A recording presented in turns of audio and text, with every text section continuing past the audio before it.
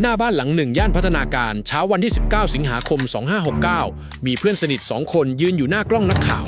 คนหนึ่งพูดทั้งน้ำตาฝากบอกเพื่อนที่นอนอยู่ข้างในว่าให้เดินทางต่ออย่างปลอดภัยแล้วก็พักผ่อนบ้างส่วนอีกคนหน้านิ่งสนิทตอบสั้นๆว่าก็คนตายอ่ะเนอะเพื่อนเราตายก็แค่นี้แหละทำใจไม่ทำใจก็เรื่องปกติคุณผู้ชมครับ2 คนนี้กำลังพูดถึงคนคนเดียวกันคือเรย์ แมคโดนัลด์ที่จากไปในวัย 49 ปีและวันนั้นเป็นวันเปิดเทอมวันแรกของลูกชายเขาพอดีบทสัมภาษณ์ชุดเต็มที่ออกมาทีหลังมีรายละเอียดที่ยังไม่เคยเล่ากันหลายจุดทั้งเรื่องคุณแม่วัย 70 กว่าที่รับรู้ข่าวแล้วทั้งเหตุผลว่าทำไมช่วงนั้นเพื่อนๆถึงเงียบหายกันไปหมดและมีประโยคนึงที่ตัดบทนักข่าวกลางคันแบบไม่ให้ถามต่อซึ่งผมว่านั่นแหละคือจุดที่บอกอะไรได้เยอะที่สุดในวันนั้นเริ่มจากเรื่องกิจวัตรก่อนนะครับใครที่ตามเรื่องนี้มาคงจำได้ว่ากล้องในบ้านจับภาพว่าเจ้าตัวฟุบไปตั้งแต่หลังเที่ยงคืนแล้วภรรยาลงมาพบตอนเช้าแต่สิ่งที่คนยังไม่รู้คือเช้ามืดของบ้านหลังนี้มันไม่เคยเงียบตัวลีโอพุทธเพื่อนที่รับสายวันนั้นเนี่ยเล่าเองเลยว่าปกติเรย์เป็นคนตื่นเช้ามากบางวันตี 3 ตี 4ก็ตื่นแล้วถ้ามีสายโทรเข้ามาจากบ้านนั้นตอนฟ้ายังไม่สางส่วนใหญ่คือเรย์โทรมาเองโทรมาชวนคุยชวนคิดเรื่องงานชวนวางแผนทริปเพราะฉะนั้นพอเช้าวันนั้นเบอร์ที่โทรเข้ามาเป็นเบอร์ของภรรยามันผิดที่ผิดทางตั้งแต่วินาทีแรกแล้วเวลาที่พุทธระบุคือ 7 โมงกว่าเกือบ 7 โมงครึ่งปลายสายไม่ได้พูดเป็นประโยคมีแต่เสียงร้องไห้กับอาการช็อกและเพราะไม่เคยมีสายแบบนี้มาก่อนสมองของคนรับสายเลยไปหยิบเรื่องที่คุ้นเคยที่สุดมาเดาคือนึกว่าผัวเมียงอนกันเขาใช้คำพูดของเขาเองว่าสามีภรรยาก็ลิ้นกับฟันอะไรอย่างนี้ต้องตั้งใจฟังใหม่อีกรอบถึงจับใจความได้ว่าเรไปแล้วพอฟังจบปุ๊บก็ออกจากบ้านทันทีและภาพแรกที่เห็นเมื่อไปถึงเขาบอกสั้นๆว่าเรก็เหมือนคนนอนหลับแต่จุดที่ผมอยากให้คุณผู้ชมจับไว้ให้ดีคือความผิดปกติของช่วงนั้นไม่ได้อยู่แค่เช้าวันนั้นวันเดียวมันเริ่มมาก่อนหน้าแล้วหลายวันตัวพุทธเล่าว่าช่วงที่กลุ่มเพื่อนพักเบรกจากการเดินทางต่างคนต่างอยู่ไม่ได้เจอกันเพราะรู้กันว่าเรกำลังใช้เวลากับลูกโดยเฉพาะช่วงใกล้เปิดเทอมเพื่อนๆเลยตกลงกันเงียบๆว่าจะไม่กวนให้เขาได้พาลูกไปเที่ยวไปเล่นให้เต็มที่ฟังดูเป็นความหวังดีที่งดงามมากนะฮะแต่พอเหตุการณ์มันออกมาแบบนี้มันก็กลายเป็นว่าในสัปดาห์สุดท้ายของชีวิตเขาวงเพื่อนที่เคยคุยกันตี 3 ตี 4ห่างกันไปพอดีไม่มีใครทักไปถามว่านอนหรือยังไม่มีใครโทรไปเช็คว่าเป็นยังไงบ้างรวมความแล้วก็คือคืนนั้นเขาอยู่ชั้นล่างคนเดียวคนในบ้านขึ้นไปนอนกันหมดแล้ววงเพื่อนก็ถอยออกไปด้วยความหวังดีผมพูดตรงๆนะครับว่าถึงตรงนี้แล้วมันจุกอยู่พักหนึ่งเลยเพราะมันไม่มีใครทำอะไรผิดสักคนทีนี้มาที่คนข้างหลังบ้างเรื่องภรรยาที่ลงมาปลุกแล้วปลุกไม่ตื่นอันนั้นเล่ากันไปแล้วแต่ที่เพิ่งมีในวันนั้นคือเรื่องของคุณแม่นักข่าวถามตรงๆว่าคุณแม่อายุเท่าไหร่ทราบเรื่องหรือยังพุทธตอบว่า70เศษไม่แน่ใจว่า70เท่าไหร่คุณแม่ทราบเรื่องแล้วก็บอกสั้นๆว่าคุณแม่ก็อยู่ตรงนั้นด้วยคุณผู้ชมลองนึกภาพตามนะฮะบ้านหลังนี้ในเช้าวันเดียวกันมีภรรยาที่เพิ่งเจอสามีนอนตัวแข็งอยู่บนโซฟามีลูกชายที่ต้องไปโรงเรียนวันแรกของเทอมและก็มีคุณแม่วัย70กว่าที่ต้องมายืนดูลูกชายตัวเองในสภาพนั้นคนแก่ที่ต้องส่งลูกก่อนตัวเองมันเป็นความสูญเสียคนละแบบกับที่เราคุ้นเคยกันนะครับเพราะลำดับมันกลับหัวเรื่องนี้มีมุมที่ผมอยากเตือนไว้ด้วยคนสูงอายุที่เจอข่าวช็อกแบบเฉียบพลันร่างกายมันไม่ได้รับได้เหมือนคนหนุ่มสาวความดันขึ้นได้ใจสั่นได้นอนไม่หลับติดกันหลายคืนได้ในทางการแพทย์มีภาวะที่เรียกกันว่าหัวใจสลายคือหัวใจอ่อนแรงเฉียบพลันจากความเครียดรุนแรงซึ่งเจอได้จริงในผู้สูงอายุที่เพิ่งสูญเสียคนใกล้ตัวเพราะฉะนั้นบ้านไหนที่กำลังมีงานแบบนี้คนที่ต้องคอยจับตาไม่ได้มีแค่เจ้าภาพนะฮะคนแก่ในบ้านนี่แหละที่ต้องมีคนคอยดูให้กินข้าวให้กินยาให้ได้นอนส่วนตัวภรรยาเองเท่าที่มีการให้สัมภาษณ์ออกมาเธอ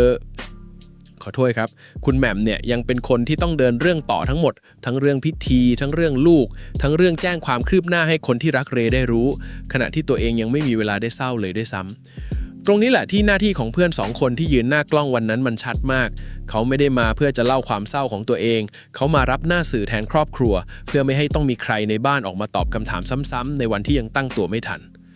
เอาล่ะทีนี้มาถึงประโยคที่คนพูดถึงกันเยอะที่สุดในคลิปนั้นตอนนักข่าวถามว่าภาพที่เห็นเป็นยังไงตัวต้าเผ่าพรตอบขึ้นมาแบบไม่ได้คิดเลยว่าก็ดีก็ได้นอนบ้างไงปกติไม่ค่อยได้นอนบ้างก็ดีคิดเรื่องงานตลอดทำโน่นทำนี่จะได้พักจริงๆฟังผ่านๆเหมือนคำปลอบใจแต่ถ้าฟังดีๆนี่คือคำให้การนะครับมันคือการยืนยันจากปากคนที่อยู่ใกล้ที่สุดว่าเพื่อนคนนี้อดนอนเป็นปกติไม่ใช่อดนอนเป็นครั้งคราวและเพื่อนในวงรู้เรื่องนี้กันหมด ตัวพุทธเองก็พูดในทิศทางเดียวกันบอกว่าเรเป็นคนอยู่ว่างไม่ค่อยได้พอว่างปุ๊บก็อยากออกอยากเดินทางเพราะการเดินทางมันกลายเป็นส่วนหนึ่งของชีวิตเขาไปแล้วเขาก็เดาต่อเองเลยว่านั่นแหละอาจจะทำให้พักผ่อนน้อยโหมงานมากเกินไปคือต้องเข้าใจอย่างนี้ก่อนการที่เพื่อนรู้ไม่เท่ากับเพื่อนเตือนได้ตาพูดอีกประโยคที่ตอกย้ำเรื่องนี้ตอนนักข่าวถามว่ามีโรคประจำตัวไหมเขาตอบว่าไม่มีแล้วต่อท้ายทันทีว่าถึงมีมันก็ไม่บอกใครเพราะเรเป็นคนที่มีพลังเยอะชอบทำโน่นทำนี่โดยเฉพาะเรื่องเดินทางเรื่องทำทริปเหนื่อยแค่ไหนก็ไม่พูดไม่แสดงออกคุณผู้ชมเห็นภาพไหมฮะในวงเพื่อนผู้ชายวัย40กว่า50การเตือนกันเรื่องสุขภาพมันมักจะออกมาเป็นการหยอกมากกว่าการเตือนจริงแบบว่ามึงพักบ้างเถอะแล้วอีกฝ่ายก็หัวเราะแล้วก็เล่าแผนทริปหน้าต่อจบตรงนั้นไม่มีใครลากใครไปตรวจเลือดไม่มีใครนัดกันไปวัดความดันเพราะการพูดจริงจังเรื่องนี้มันเหมือนไปดูถูกความอึดของอีกฝ่ายและคนที่ถูกเตือนก็มักจะตอบกลับด้วยประโยคเดิมทุกบ้านคือเดี๋ยวว่างแล้วค่อยไปพอเกิดเรื่องขึ้นจริงประโยคที่ค้างอยู่ในใจมันเลยกลายเป็นความรู้สึกผิดของคนที่ยังอยู่ผมมองว่าที่ต้าตอบสื่อด้วยน้ำเสียงเรียบมากๆว่าเพื่อนเราตายก็แค่นี้แหละนั่นไม่ใช่ความเย็นชานะฮะมันคือการปิดสวิตช์ตัวเองไว้ชั่วคราวเพราะถ้าเปิดเมื่อไหร่ก็จะยืนอยู่ตรงนั้นไม่ได้ซึ่งเป็นอาการปกติมากของคนที่เพิ่งเจอการสูญเสียแบบไม่ทันตั้งตัวบางคนร้องไห้บางคนพูดสั้นๆแล้วเดินหนีไม่มีแบบไหนถูกหรือผิดและในวันเดียวกันนั้นเองยังมีอีกจังหวะหนึ่งที่ผมว่าน่าสนใจมากนักข่าวโยนประโยคหนึ่งเข้าไปว่าแฟนๆยุค 90 ตกใจกันมากซึ่งเป็นมุมที่สื่อชอบเล่นกันอยู่แล้วเพราะเรคือหนึ่งในไอคอนของยุคนั้นจริงๆแต่ปรากฏว่าต้าตัดบททันทีตอบกลับว่ายุคไหนก็ไม่เกี่ยวครับแล้วต่อด้วยว่าเรื่องนี้เรายังไม่ทราบรายละเอียดอยากให้รอฟังจากคุณหมอดีกว่าสั้นมากแต่ปิดประตูทั้งบานเลยนะครับผมอ่านเจตนาแบบนี้ทั้งฝั่งของตัวต้าเนี่ยเขากำลังกันไม่ให้การตายของเพื่อนถูกแปลงเป็นแพ็กเกจความทรงจำคือถ้าปล่อยให้เรื่องวิ่งไปทางยุค 90 สิ่งที่ตามมาคือคลิปเก่าภาพเก่าความหลังชุดใหญ่แล้วคนที่เพิ่งเสียเพื่อนไปเมื่อไม่กี่ชั่วโมงก่อนจะกลายเป็นคนที่ต้องมานั่งเล่าความหลังให้คนอื่นฟังทันทีทั้งที่ตอนนั้นยังไม่รู้ด้วยซ้ำว่าเพื่อนตัวเองตายเพราะอะไรอีกชั้นหนึ่งคือเรื่องความแม่นยำสังเกตนะฮะว่าเขาย้ำ2 รอบในบทสัมภาษณ์เดียวว่าให้รอฟังจากหมอรอฟังจากโรงพยาบาลเพราะเขารู้ดีว่าถ้าเปิดช่องให้เดาแม้แต่นิดเดียวในโลกออนไลน์มันจะแตกออกไปเป็น10 ทฤษฎีภายในวันเดียวซึ่งตอนนี้ก็เริ่มมีให้เห็นแล้วมีคนไปขุดคลิปเก่ามาชี้ว่าตรงนั้นพูดไม่ชัดตรงนี้หน้าตาแปลกไปมีคนไปดูรูปเก่าแล้วชี้จุดบนใบหูว่าเป็นสัญญาณโรคหัวใจซึ่งทั้งหมดนั่นคือการเดาย้อนหลังล้วนๆยังไม่มีใครยืนยันสักอย่างคุณผู้ชมอย่าเพิ่งไปเชื่อและอย่าแฉต่อเลยครับเพราะคนที่ต้องอ่านสิ่งเหล่านั้นคือลูกกับเมียเขาพูดง่ายๆก็คือประโยคว่ายุคไหนก็ไม่เกี่ยวมันคือการบอกว่าตอนนี้อย่าเพิ่งทำให้เพื่อนกูเป็นตำนานรอให้รู้ก่อนว่าเขาตายเพราะอะไรส่วนอีกด้านหนึ่งที่ผมว่าเป็นบทเรียนกับคนฟังทุกคนมากที่สุดคือลำดับความห่วงของคนคนนี้นักข่าวถามว่าจริงๆแล้วเรห่วงอะไรมากที่สุดพุทธตอบทันทีว่าห่วงลูกอยู่แล้วรองลงมาคือแม่ภรรยาแล้วถัดจากนั้นก็เรื่องงานส่วนตัวเองเนี่ยห่วงน้อยที่สุดแล้วเขาก็สรุปสั้นๆว่ามันเป็นคนอย่างนั้นโอ้โหตรงนี้แหละครับคือภัยเงียบของคนวัยทำงานบ้านเราเลยไม่ใช่เชื้อโรคไม่ใช่กรรมพันธุ์อย่างเดียวแต่เป็นลำดับความสำคัญที่เอาตัวเองไว้ท้ายแถวทุกครั้งคนแบบนี้ในบ้านเรามีเยอะมากนะฮะเป็นเสาหลักมีพลังเหลือเฟือใครขออะไรก็ไปงานเข้ามาก็รับลูกอยากไปไหนก็พาแต่พอถึงคิวตัวเองค่อยว่ากันใบนัดตรวจสุขภาพวางไว้บนตู้เย็นข้ามเดือนแล้วสิ่งที่ทำให้อันตรายกว่าเดิมคือภาพลักษณ์ภายนอกมันหลอกทุกคนรวมทั้งหลอกตัวเองด้วยคนที่ขับรถข้ามประเทศได้ปีนเขาได้แบกแป้เที่ยวได้ทั้งวันใครจะไปคิดว่าข้างในมีปัญหาแต่ความจริงคือความฟิตที่เราเห็นมันวัดได้แค่กล้ามเนื้อกับลมหายใจไม่ได้วัดผนังหลอดเลือดไม่ได้วัดระบบไฟฟ้าในหัวใจและไม่ได้วัดพันธุกรรมที่ติดตัวมาตัวพุทธเองพูดเรื่องนี้ไว้ดีมากในวันนั้น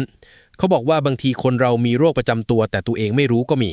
หลายคนอายุน้อยๆพอไปตรวจปุ๊บความดันสูงไขมันสูงแต่ก่อนหน้านั้นไม่รู้เลยแล้วถ้าไม่ได้ตรวจกว่าจะรู้ว่าต้องกินยาบางทีมันก็สายไปแล้วที่เขาพูดเนี่ยตรงกับข้อมูลระดับโลกเป๊ะเลยนะครับองค์การอนามัยโลกเคยออกรายงานเรื่องความดันโลหิตสูงไว้ว่า